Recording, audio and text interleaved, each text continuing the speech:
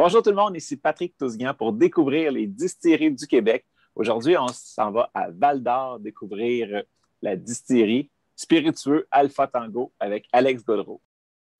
Pendant que j'habitais en Europe, j'ai pu visiter plusieurs distilleries dans différents pays. J'ai goûté de merveilleux produits issus de savoir-faire ancestral. À mon retour au pays en 2006, on comptait sur les doigts d'une main les distilleries québécoises. Heureusement, les lois ont changé et maintenant, des dizaines de passionnés peuvent vous inventer les alcools du terroir. Je suis Patrick Tousignan et je vous invite avec moi à découvrir les distilleries du Québec. Salut Alex, ça va? Ça va très bien, toi? Oui, super, merci. Hey, on s'était parlé au mois de novembre à peu près. Tu étais sur le bord d'avoir ton go de la SAQ pour vendre. Oui, exact. Et puis là, tu l'as eu depuis. Déjà, beaucoup de produits, beaucoup de bouteilles que vous avez vendues à la distillerie. Veux-tu me parler du temps des fêtes un peu, comment ça s'est passé? C'est ça, on s'est parlé au courant du mois de novembre quand on avait fait le lancement de tout le projet sur les médias sociaux. Fait que là, ça a fait beaucoup jaser. On a eu le hockey officiel de la SAQ pour commencer la vente en boutique le 16 décembre. Fait que je ne te mentirais pas, au début, on était stressé un petit peu de peut-être manquer le temps des fêtes, mais quand on a eu le hockey, ça n'aurait pas pu mieux tomber, là, 7, 8 jours avant Noël. Fait que c'était complètement fou. La première journée, il y a eu 1h30 d'attente dehors. Il faisait moins 33 ce matin-là à Val-d'Or. Les gens attendaient ça. Fait que, les 7 jours du temps des fêtes, on a vendu tout près de 4500 bouteilles. Fait que c'est vraiment incroyable. Là. Ça a été une grosse dose d'amour des gens de Val-d'Or et de l'Abitibi.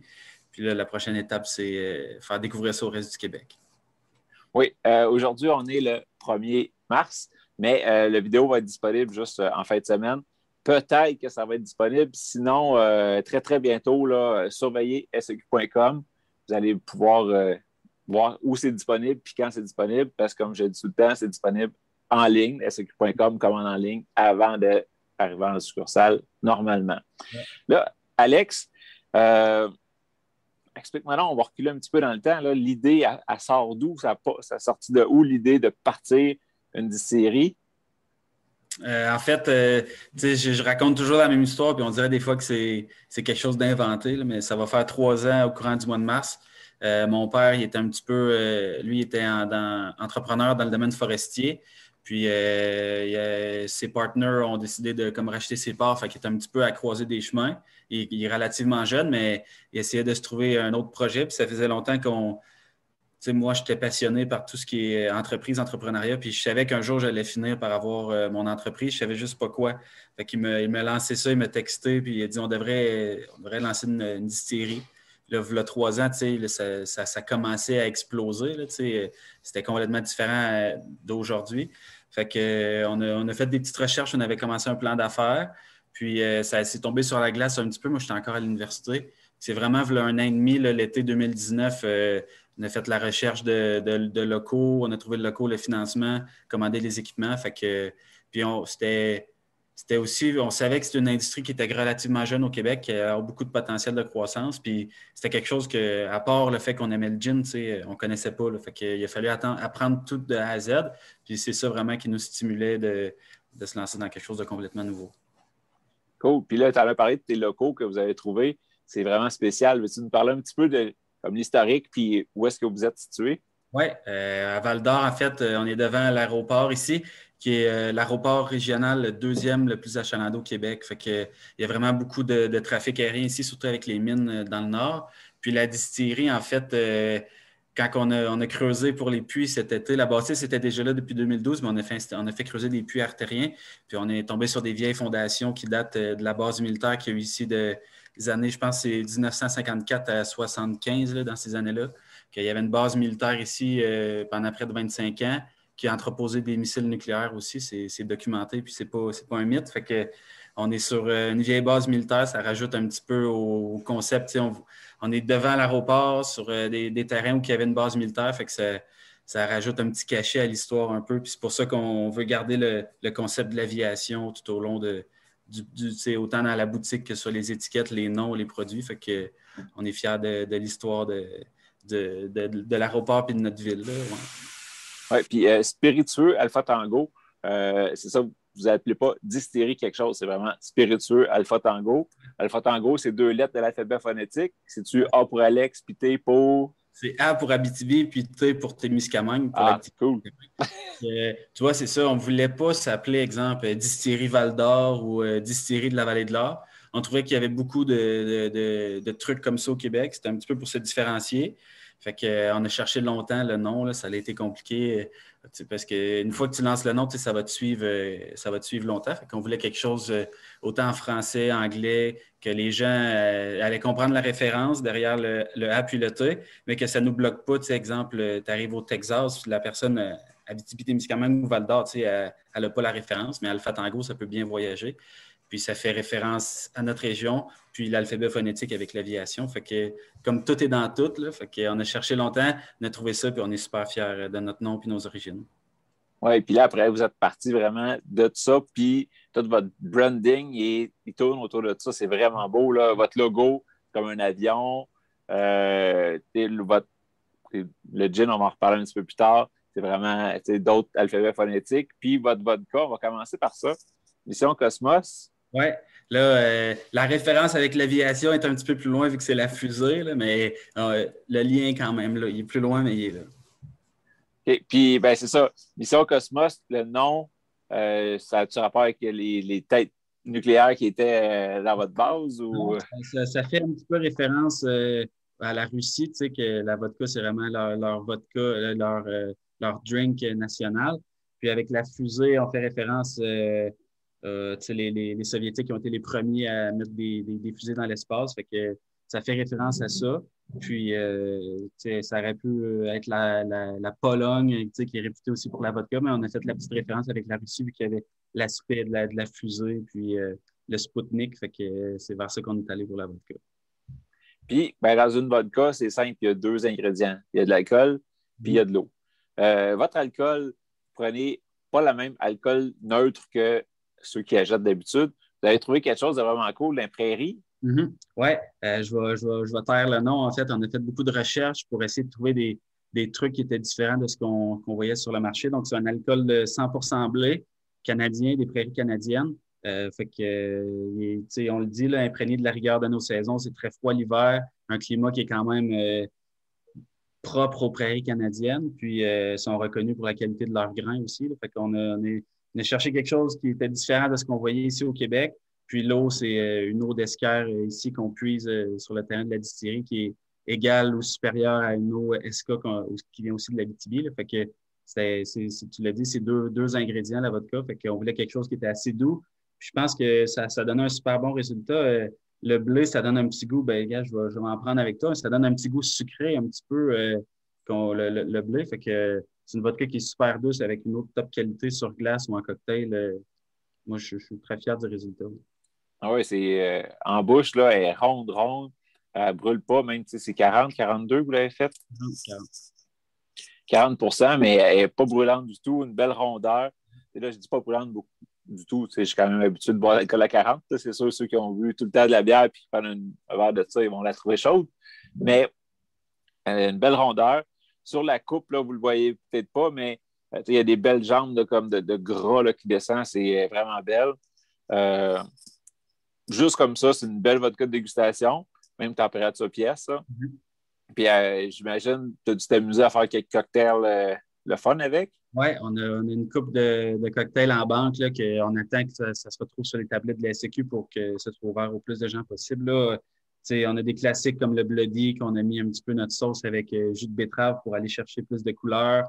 On a Cosmo, des mules aussi. On a des beaux trucs qui s'en viennent.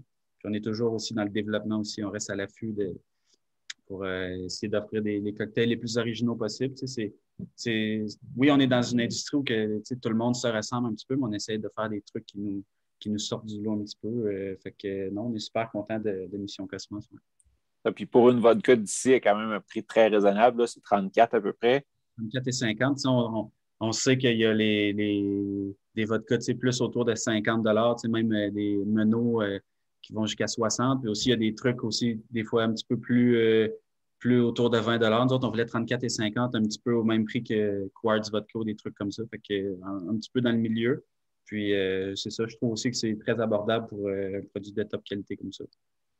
Oui, parce que tu comparais tantôt votre eau à l'OSK. Puis dans la quartz, c'est de l'OSK qu'ils utilisent. C'est juste pas la même base d'alcool. Là. Fait que, moi, je trouve que ça donne vraiment quelque chose de vraiment très agréable. Là. Fait que, chapeau, belle réussite. Merci. Et puis, le gin, le Bravo Charlie. Ouais. Bravo Charlie. Ça, tu disais qu'il n'y avait pas vraiment de signification en arrière du B puis du C, là, sauf deux mots qui vont bien ensemble. Ça fait encore référence à l'alphabet phonétique. En fait, le nom Bravo Charlie, c'est notre agence marketing qui l'a trouvé quand ils ont commencé à élaborer les habillages des produits. Ils ont trouvé les deux mots qui fitaient bien ensemble, qui est un petit peu ouvert. Chaque personne peut se créer sa propre signification. Nous, c'est un petit peu que tu as réussi ce que tu entreprenais, ta mission réussie, puis là, c'est le temps de célébrer, de prendre un petit Bravo Charlie. Fait que c'était vraiment libre interprétation, le Bravo Charlie. Puis ça laisse un petit mystère. Il y a beaucoup de monde qui nous demande. Parce qu'en termes militaires, je crois, il y a Bravo Zulu qui signifie, exemple, un missile a touché sa cible, puis ils disent Bravo Zulu, c'est terminé. Mais on trouvait que ça fitait moins bien. Fait que là, faut la mettre sur papier, là, mais là, on veut mettre sur notre site web vraiment la vraie définition de Bravo Charlie, puis que ce soit comme notre signature. Mais c'est ça. C'est sans prétention, puis ouvert à l'interprétation de tout ça. Puis, en arrière de la bouteille, dans l'espèce de description, là, vous parlez du moment où le soleil se couche. Où le ciel s'enflamme. Oui, et où les rêves se concrétisent. Fait que vous autres, c'est comme un rêve là, qui a pris forme, vos premiers produits sur tablette.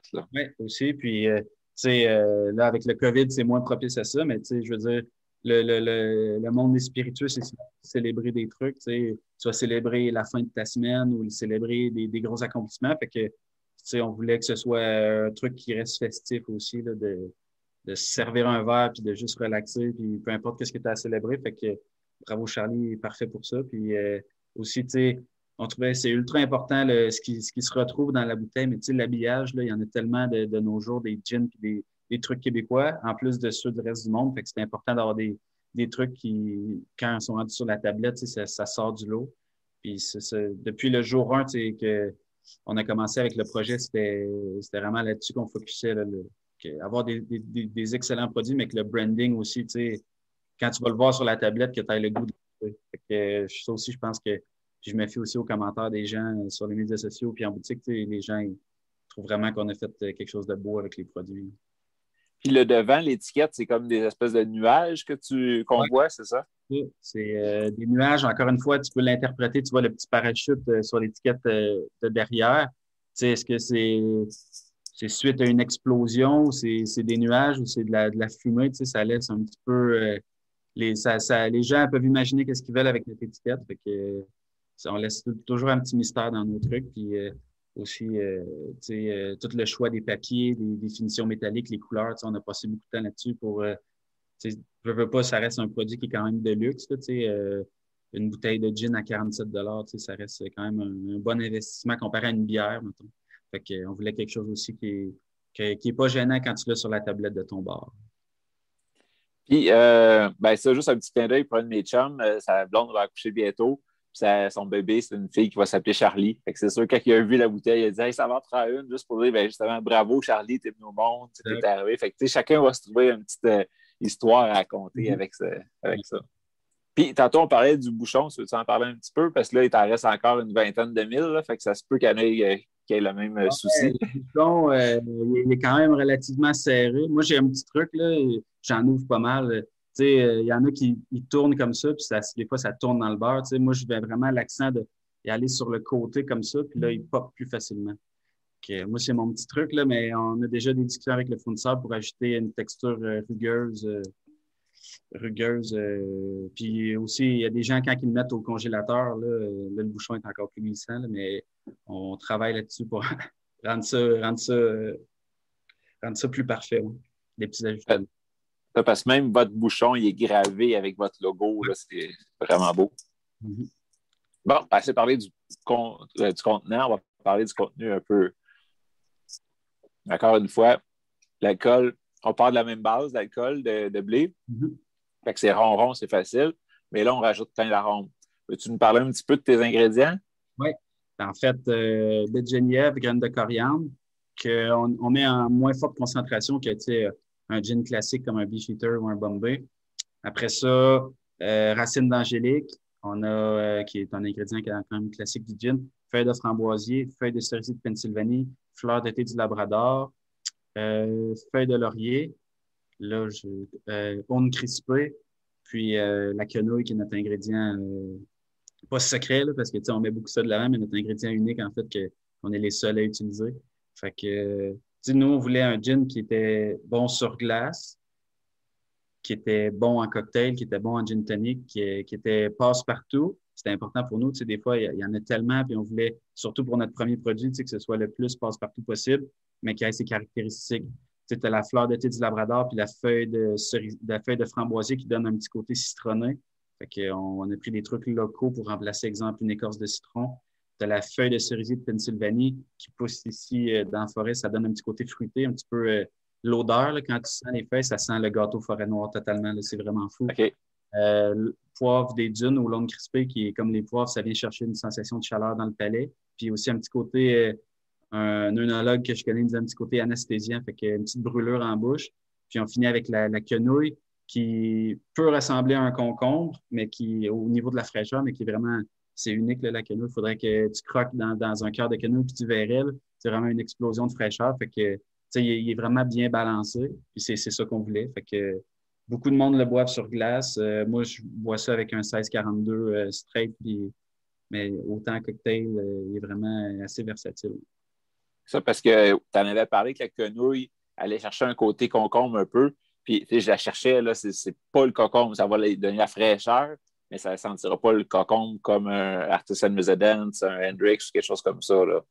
Puis, on travaille aussi, on essaie de trouver un moyen pour peut-être, là, encore une fois, le COVID, ça peut scraper bien des choses, mais faire découvrir juste un alcool avec la quenouille de macéré, juste pour dire, elle goûte ça, la quenouille. Là, tu la vois dans le gin, mais juste la montrer à son état, juste quenouille, mettons. Fait que, parce que c'est un super produit qui, je le dis souvent, là, ça pousse partout, là, ça pousse comme de la mauvaise herbe sur le bord des routes, n'importe où. Puis on la voit tellement qu'on l'oublie, puis il n'est pas valorisé. Fait que moi, j'ai trouvé ça super cool de pouvoir. C'était quand mon père a dit, on va faire un gin, j'ai tout de suite allumé parce que j'en avais mangé quand j'étais jeune. Fait que j'ai dit, si on fait un gin, faut essayer de travailler avec la quenouille. Puis finalement, on a essayé de la distiller, c'était plus ou moins à notre goût. Donc, une fois que le gin est fini de distiller, on fait macérer ça presque 24 heures. Fait que, dans des gros sacs de coton. Puis à la fin, on presse bien comme il faut pour sortir le plus de jus. Puis et c'est drôle, là, je t'enverrai des photos, mais c'est vraiment vert parce que les cœurs de quenouille sont verts. Fait que la cuve là, est verte, verte, verte. Puis après ça, on filtre au charbon pour enlever toute la couleur du produit. OK. Et puis, juste côté technique, c'est-tu juste une partie du gin qui va avoir des macérations de quenouille, puis après, tu remixes ça dans ta grosse cuve, ou c'est toute la cuve qui va avoir la quenouille dedans? Fait plus ou moins 600 litres de gin à 80 là, fait que on balance les quenouilles là tout de suite après la distillation. Puis le lendemain matin, vers midi, là, on enlève ça, puis une belle couleur verdâtre. Puis à date, au début, on avait 300 kilos de quenouilles. Là, fait que là, on a différents lots qu'on mixe tout ensemble parce qu'il y en a des fois qui sont plus petites ou plus blanches. Fait qu'on essaie pour garder toujours une conformité et une constance. Là, fait que à date, ça va super bien. Puis on est bien content de valoriser cette plante-là que il y a le thé du Labrador, tout le monde l'utilise, mais la quenouille, on est les seuls. Puis c'était cool aussi de trouver ça pour se différencier. On est bien content. J'ai oublié de te le demander au début, quand que ton père il a vendu ses parts puis qu'il t'a parlé de distillerie, est-ce que les deux, vous habitiez déjà à Val-d'Or? Toi, tu étais à l'université, fait que tu n'étais plus dans le coin? J'étais à ma première année d'université à Montréal, mais c'était déjà dans mes plans de revenir finir ça en région. Fait que je suis revenu en région, puis on a juste encore eu plus de temps pour travailler. Puis on allait à la SAQ la fin de semaine, on achetait des gins, on goûtait, on faisait le plan d'affaires. On a visité aussi des distilleries ensemble, beaucoup. Fait que on absorbait tout ce qu'on pouvait de cette industrie-là tout en travaillant sur le projet. Puis c'est le fun parce que là, ça remonte à 3 ans, mais ça a évolué en fou, l'industrie, depuis 3 ans. Là, fait que on restait vraiment à l'affût de qu'est-ce qui sortait, qui faisait quoi, les équipements, les méthodes de fabrication, les fournisseurs, je veux dire, les fournisseurs, le packaging, quel type de bouteille, blablabla. Fait que notre bouteille de vodka puis la bouteille de gin, je les ai jamais vues encore dans une SAQ. Fait que, on a pris aussi la bouteille de gin, le prix, ça va en fonction du poids de la bouteille. Une bouteille qui est quand même plus chère que ce qu'on retrouve à cause qu'elle a un fond, là, ceux qui écoutent l'audio pourront pas voir, mais il y a un bon fond, double fond de verre. Fait que c'est une bouteille peut-être un petit peu plus luxueuse, mais je trouve que le look, ça donne vraiment quelque chose de cool. Fait que c'était aussi ça, on voulait une bouteille différente, puis tout le temps, on essaie de toujours se distinguer des autres. Puis à date, je pense que c'est mission réussie. Puis, c'est ça, vous autres, vous n'avez pas comme idée de rester petit. Vous voulez vraiment pas devenir industriel, là, mais pouvoir fournir le monde, la planète au complet avec ce que vous faites. Est-ce que tu ne trouves pas ça plus compliqué d'avoir deux types de bouteilles? Votre embouteilleuse, ce qui est facile pour mettre des étiquettes sur une bouteille carrée longue puis une grosse bouteille trapue? Ou... Ça, je vais répondre en deux temps. Là, on veut offrir ça à travers le monde, mais faut jamais oublier non plus que la qualité du produit et des intrants dans le projet. Là, si demain matin, on me dit tu vas faire 700 000 bouteilles par année, mais il va falloir que tu changes tes ingrédients pour mettre des arômes, je ne le ferai pas. Là. Moi, je veux vraiment que le produit soit jamais négligé dans un plan d'expansion. Tout. Fait que là, ça pose un énorme défi logistique pour les cueilleurs et tous les ingrédients, mais moi, j'ai confiance avec qui les gens travaillent, puis ça rajoute une coche au défi. Puis là, c'est sûr, avoir les deux bouteilles différentes, je te cacherai pas que niveau espace dans l'entrepôt, là, ça prend de la place. On avait 22 000 bouteilles de gin, 16 000 de vodka. Fait que ça prend de la place. Ils dorment là avant d'être remplis. Fait qu'on regarde peut-être cet été pour aménager des conteneurs à l'extérieur pour reprendre la place à l'intérieur. Parce que, veux pas, là, plus ça va aller avec les SAQ, on va être plus sur un beat de production puis d'embouteillage, puis se garder vraiment des plus gros stocks sur le plancher. Mais oui, c'est un gros défi. Puis l'embouteilleuse, on est vraiment chanceux. Là, notre embouteilleuse, c'est pour ça qu'on l'a choisi. On avait deux critères, c'était l'espace qui était restreint. Fait que, tu vois, notre ligne d'embouteillage, elle fait 27 pieds de long, qui est tout en un. Fait que, elle n'est pas en forme de U, où il n'y a pas différents rails qui partent vers d'autres places, c'est one shot. Puis non, c'est vraiment, c'est facile à ajuster, c'est toute la hauteur, il y a des petites manivelles que tu tournes, là, on a un guide pour faire le switch entre les deux. Fait que c'est vraiment, c'est plus mon père qui a tout été formé pour ça, mais de passer de gin à vodka, c'est peut-être 1 heure et demie. On a des tests après pour s'assurer que tout fonctionne comme il faut, puis on nettoie bien la machine, mais à date, vraiment, on est satisfait de ça. Puis ce qui est impressionnant, c'est que avec le COVID, elle vient de l'Italie, fait que les techniciens n'ont pas pu venir ici pour nous former. Mais il y a 6 heures de décalage, fait que le matin, mon père s'installe, il écrit ses petits emails, il répond dans la minute qui suit. Là, c'est vraiment fou, on a vraiment du bon support. Puis ils peuvent se connecter à distance sur la machine. Fait que des fois, il y a certains réglages que nous, on n'a même pas accès, mais exemple, la vitesse du rail, ben là, le technicien peut se loguer à distance puis dire OK, on va mettre une fraction de seconde plus lent. Fait que là, le déroulage d'étiquette est plus précis. Fait que des trucs comme ça. C'était une de mes craintes au début, là, quand ils nous ont dit, on va être capable de vous livrer la machine, mais on ne pourra pas venir. Là, j'étais comme bon, un autre challenge, mais à date, c'est vraiment. Puis sa vitesse de pointe, quand une fois qu'il est rodé, c'est autour de 500 à l'heure.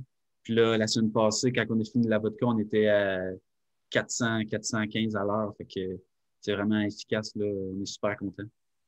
Quand on développe où on pense à des nouveaux produits, on pense tout de suite à le packaging, qu'est-ce qu'on veut faire. Puis c'est sûr que si on sort, exemple, un whisky dans un matin à 300 bouteilles, on va faire quelque chose d'ultra artisanal, puis qui a du cachet. Mais si on sort quelque chose de plus grand marché, ben là, on pense à l'industrie qui est ultra jeune. Fait qu'on veut toujours s'adapter dans notre branding. Ouais.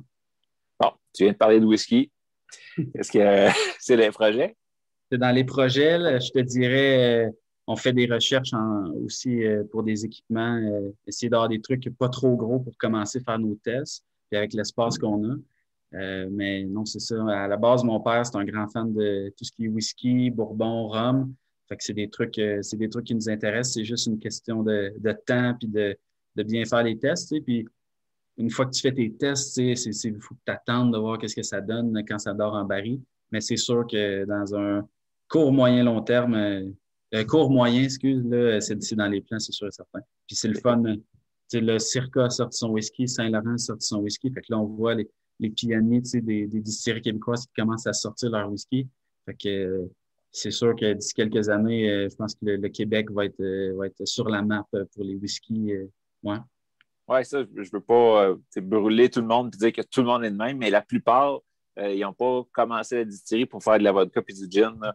Et ils veulent aller faire un rhum, ils veulent aller faire du whisky, ils veulent faire d'autres choses, mais que ça prend 1 an pour le rhum, 3 ans minimum pour le whisky. Fait qu'ils n'ont pas le choix de faire d'autres choses pour survivre en attendant, là. Là, tu essaies de trouver un petit peu tes produits qui vont être un peu tes vaches à lait. Puis après ça, on the side, faire tes expériences puis développer des nouveaux produits. Puis c'est sûr que, tu sais, là, faut jamais dire jamais, mais tu sais, on voit des acérums puis des trucs comme ça. Tu sais, c'est peut-être quelque chose qu'on veut moins s'enligner puis qu'on commence à voir que pas mal tout le monde essaie des trucs comme ça. Tu sais. On essaie de penser un pas en avant de, tu sais, à un certain moment donné, il y avait tout le monde faisait des amers puis des apérols. Là, tu sais, on voit que on entend comme plus parler ou ça a le switcher. Fait que on veut pas, tu sais, il faut rester à l'affût des modes de qu'est-ce que les gens veulent, mais on essaie aussi de trouver nos propres trucs, tu sais, qui vont créer leur propre buzz sans qu'il y en ait déjà 80 sur la tablette. Tu sais. Si on parle d'Abitibi-Témiscamingue, là, y a-t-il quelque chose qui est typique? Je pense pas que vous faites tant de sirop d'érable que ça dans le coin. Il y en a quelques-unes plus au Témiscamingue, tu sais, qui est plus au sud que nous. Ici, c'est vraiment à Val-d'Or, c'est les mines d'or. Fait qu'on pourrait mettre des pépites d'or comme du Ouais. Gauche. Faire du gauche lager. Les niveaux, tu sais, c'est ça. C'est une forêt qui est assez diversifiée, mais tu sais, en ce moment, on sort pas mal tout ce qu'on peut des ingrédients, tu sais, de la forêt qu'on a ici. Mais on reste à l'affût, on a des petits trucs, des petits secrets, puis dans nos développements de produits, on essaie toujours de rester le plus local possible, puis avoir de l'originalité aussi. Là, tu as parlé de whisky un petit peu. Y a-t-il d'autres choses sur la tablette que vous commencez à plancher et à faire vos tests? Peut-être on essaye des tests pour une liqueur de certains ingrédients que je vais taire le nom. Encore une fois, c'est des trucs qu'on n'a jamais vu encore, là, dont un ingrédient, tu sais, je veux dire, c'est quelque chose d'assez commun ou d'assez qui est rare, mais que je veux dire, tu sais, ça existe. Là. Fait qu'on travaille sur des trucs qu'on n'a jamais vu encore, peut-être liqueur, peut-être un deuxième gin qu'on essaye de produire qui serait encore une fois unique, autant par ses caractéristiques goût puis branding.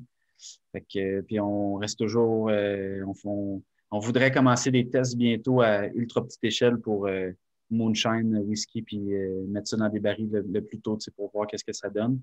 Puis c'est ça, on reste toujours à l'affût de ce qui se fait ici puis ailleurs dans le monde pour essayer de trouver le prochain truc prochain segment de marché ou prochain produit, qui va exploser. Là. Fait que peut-être 2 ou 3 produits là, au courant de 2021, 2022. Là, il y a un certain délai aussi avec la SAQ d'analyse. Là, fait que là, en ce moment, on essaie de créer tout de suite une offre spontanée pour essayer de peut-être sortir quelque chose au courant de l'été. Sinon, ça va aller à peut-être 2022. Mais oui, on travaille fort. Plusieurs pots maçons qui traînent sur les tables en haut. Oui, ça fait partie de la job là, de tester, essayer, puis est-ce que ça serait une idée dans vos plans là, d'attaquer tous les duty-free des aéroports du monde, tant qu'à être dans le monde de l'aviation? Ouais, j'ai déjà eu des contacts avec certains duty-free. C'est sûr que je les ai fait part que tout notre branding puis le nom, autant des produits ou de la compagnie, ça fait référence à ça. Fait que ce serait peut-être un win-win pour les deux. Sûr que le marché des duty-free en ce moment, c'est pas le truc qui roule le plus là, dû au COVID, mais c'est sûr que demain matin, je me fais approcher pour faire des mini-bouteilles pour vendre dans des avions. C'est sûr que je me lance sur le projet. Là, ce serait quelque chose de cool, un peu comme Aviation Gin. C'est sûr que c'est un méga gros vendeur, puis toute la stratégie derrière, il mise beaucoup sur le côté de l'aviation, en fait, là. Puis ça nous a, on n'a pas copié ce qu'ils font, mais ça nous a un petit peu inspiré dans la manière qu'ils qui publicisait le produit. Fait que c'est sûr que c'est toutes les opportunités qui ont rapport à l'aviation, on va les écouter attentivement puis on va essayer de pousser ça parce que ça fait partie un petit peu du cachet derrière les produits puis derrière toute la stratégie qu'on met en œuvre. Là. Cool. Puis, c'est ça, mettons, d'ici 5 ans, tu as parlé un petit peu de où tu pensais t'en aller, mais tu te vois comment la distillerie, rendue dans 5 ans, là, vous allez être... Rendu dans 5 ans, je verrais comme ici, le terrain où on est assez grand, fait que je verrais un gros agrandissement, un plus gros alambic pour le gin, un alambic aussi pour juste dédié à tout ce qui est whisky et ces trucs-là, pour pas contaminer les deux produits. Moi, je verrais ça, des produits qui sont positionnés comme les gros vendeurs pas mal partout au Canada, aux États-Unis. Pas nécessairement partout aux États-Unis, mais avec certaines niches, peut-être dans des restos, des liquor stores ou certains endroits. Je veux dire, exemple, New York puis la Louisiane, c'est deux marchés complètement différents. Fait que essayer de bien cibler qui on veut rejoindre. L'Amérique du Sud ou Mexique, c'est considéré Amérique du Nord, mais le Mexique, on met beaucoup d'espoir là-dessus, parce que c'est juste Mexico, c'est au-dessus de 25 millions de personnes. C'est le Canada, un seul pays, qui a beaucoup de fêtes, qui a beaucoup de nationalités, qui est un pays qui est en expansion. Des trucs comme ça. Aussi, je sais que Portugal, Espagne, c'est vraiment des places qui se boivent beaucoup de gin. Fait que essayer d'explorer le plus de marchés, puis toujours sans négliger la qualité de nos produits, qu'est-ce qu'on met dans la bouteille, puis continuer à avoir du fun en faisant ça. Cool, une belle vision. C'est ça qu'une salle pour les barils, un autre entrepôt, quelque chose comme ça. Oui, sur des trucs aussi secrets, là, mais essayer de faire vieillir des barils dans des places assez inusitées. Fait que je t'en redonnerai des nouvelles là-dessus le jour où ça va se concrétiser. Puis, tu en as parlé un petit peu là, de l'alambic que tu utilises en ce moment. Ça a l'air de quoi comme alambic? Spec-Mec qui vient de Colombie-Britannique. Je pense que il y a quand même beaucoup de distilleries au Québec qui ont des setups de Spec-Mec. C'est Specific Mechanical, là, le vrai nom de la compagnie. C'est un alambic de 600 litres, moitié inox, moitié cuivre. Avec ces 600 litres, fait que ça nous donne au final toujours autour de 550 litres de gin, autour de 80%. Puis à date, on est super contents. La qualité de ce qu'ils nous ont livré, super facile à assembler, super facile à opérer. Puis aussi, dans nos recherches d'équipement, on voulait pas négliger la qualité, c'était important pour nous.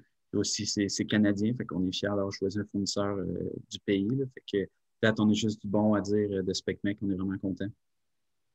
Puis là, vos grains pour vos tests, avez-vous déjà une idée? Allez-vous rester avec un peu le même fournisseur? Il fournit-tu du grain aussi? Allez-vous aller vers le Québec? Non, c'est sûr. Pour un whisky, c'est sûr qu'on veut prendre des grains qui sont d'ici. Là. Le Témiscamingue est une super belle région agricole, 2 heures d'ici. Là. Fait que on ne sait pas encore, ce serait quoi la composition ou les pourcentages de grains, mais c'est sûr qu'on veut essayer d'être le plus local possible pour ça. Puis le Témiscamingue, c'est vraiment, c'est à 2 heures de Val-d'Or, mais il y a un climat complètement différent. C'est plus chaud l'été, les hivers sont différents. Fait que ça, c'est sûr, ce sera un super beau côté exploité. Puis c'est sûr que les grains vont venir du Québec et du Témiscamingue le plus possible. Ça, c'est sûr et certain, ce serait non négociable. Puis juste pour nous mettre la puce à l'oreille un petit peu, ton père, c'est quoi qu'il boit comme whisky? C'est un amateur de whisky, mais il aime quoi? Là, tu vois, ces temps-ci, il est sur des whiskies japonais. Là. Val-d'Or, on a reçu beaucoup de nouveaux trucs. Sinon,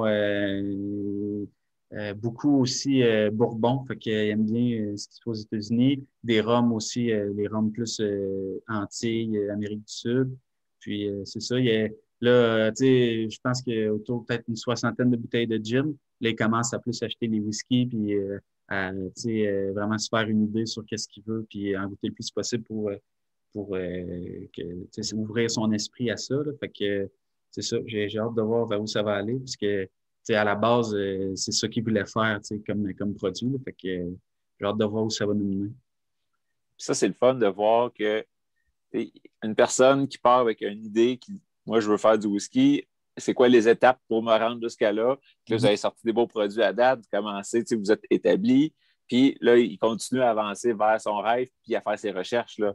Fait que, Puis ça me fait penser que ce que tu dis, tu sais, autant dans notre développement de produits, tu sais, on n'est pas pressé, là. Tu sais, des fois, tu vois, il y en a, ça sort un produit par mois ou des trucs, tu sais, vraiment rapides. Tu sais, on n'est pas pressé, là. On fait nos étapes, on fait nos étapes, on fait nos tests à notre vitesse. Puis si c'est le prochain produit, c'est dans 2 ans, mais ce sera dans 2 ans. Tu sais, on veut pas sortir un produit pour sortir un produit. On veut qu'il soit unique, on veut qu'il soit bon, puis qu'il soit à notre goût, puis que, tu sais, ce soit un produit Alpha Tango. Fait que, on n'est pas pressé, puis on saute pas d'étape à ce niveau-là. Puis là, à date, on a parlé de super beau branding. Fait que j'invite le monde à aller liker votre page Facebook. Avez-vous un site web aussi qu'on peut vous suivre? Web, c'est alphatango.ca, page Instagram alphatango.ca, spirituel Alpha Tango sur Facebook. Puis c'est ça, on vous invite à nous suivre. On a des beaux trucs qui s'en viennent. On a déjà une belle communauté qui nous suit, puis qu'on est, tu sais, qui à chaque fois qu'on publie des trucs, tu sais, beaucoup de réactions. Fait que les gens, c'est vraiment cool qui embarquent dans le projet. Qu'on est super contents. À date, là, tu sais, à part des délais un petit peu, tu sais, on a perdu du temps, puis il y a eu des délais, mais sinon, tout, on pourrait pas être plus heureux là, depuis qu'on a lancé les produits.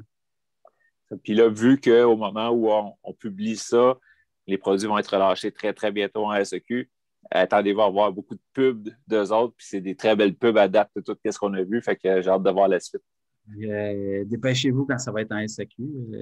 La première commande est toujours en plus petite quantité, puis fait que ça se peut que ça s'envole très vite. Fait que, si on veut aussi des commentaires, les gens qui se procurent les produits, plus de feedback qu'on a, plus qu'après ça, c'est facile pour nous de développer des trucs puis faire des ajustements comme le bouchon. Si les gens nous disent que le bouchon est trop serré, ben c'est sûr qu'on va l'ajuster. Fait que c'est le fun aussi des groupes comme je n'ai pas de réponse ma montre. Des groupes comme Découvrir les distilleries du Québec où il y en a plusieurs là, avec beaucoup de monde, des milliers de personnes dans ces groupes-là. C'est la meilleure place pour avoir du feedback. Puis c'est le fun que des gens comme toi promouvoient les produits de l'industrie. Fait que c'est super cool. Cool. Ben, merci beaucoup de ton temps aujourd'hui. C'était très agréable. Puis j'ai fait calculer combien ça coûterait aller te voir en avion, aller-retour. Là. Puis pour tout de suite, on ne le fera pas, mais ça va venir, c'est sûr. Là. Et quand le COVID va se calmer un petit peu, là, tu es le bienvenu à distiller n'importe quand. Fait que, puis là, pour ceux qui ont le goût de faire un road trip, aussitôt qu'il n'y a pas de barrière de frontière, tu es à 5h30, 6h de Montréal à peu près. Oui. Fait que, moi, je dis toujours c'est Montréal qui est loin de Val-d'Or et non Val-d'Or qui est loin. C'est ça. Quand le COVID va se calmer le pompon un petit peu, on regarde là, des trucs, peut-être offrir des visites ou en essayant d'être le plus sécuritaire possible. Fait que, on essaie toujours pour accueillir le plus de monde possible, mais en respectant les règles. Fait que c'est super cool de rencontrer les gens dans la boutique et discuter avec les amateurs. Puis le monde du coin qui veut aller acheter chez vous, vous n'avez tout le temps en quantité suffisante là, pour fournir la demande. Ouais. Là, pour l'instant, c'est les jeudis, vendredis après-midi parce qu'il faut produire puis on a travaillé au travers de ça. On va probablement réajuster ça vers l'été vu que les gens sont plus en vacances, peut-être plus au courant du week-end. Fait que, puis aussi, une fois que les produits vont être en SAQ, je veux dire, c'est sûr qu'il va peut-être avoir moins de monde qui vont venir en boutique. Là, fait que, on va suivre ça de près. Parfait. Ben, un gros merci. Puis on s'est au courant aussi que tu as des prochains produits. Là, on se fait des petites capsules de lancement avec ça. Oui, ben merci de m'avoir reçu encore, Pat. Cheers. Ça fait plaisir. Bye.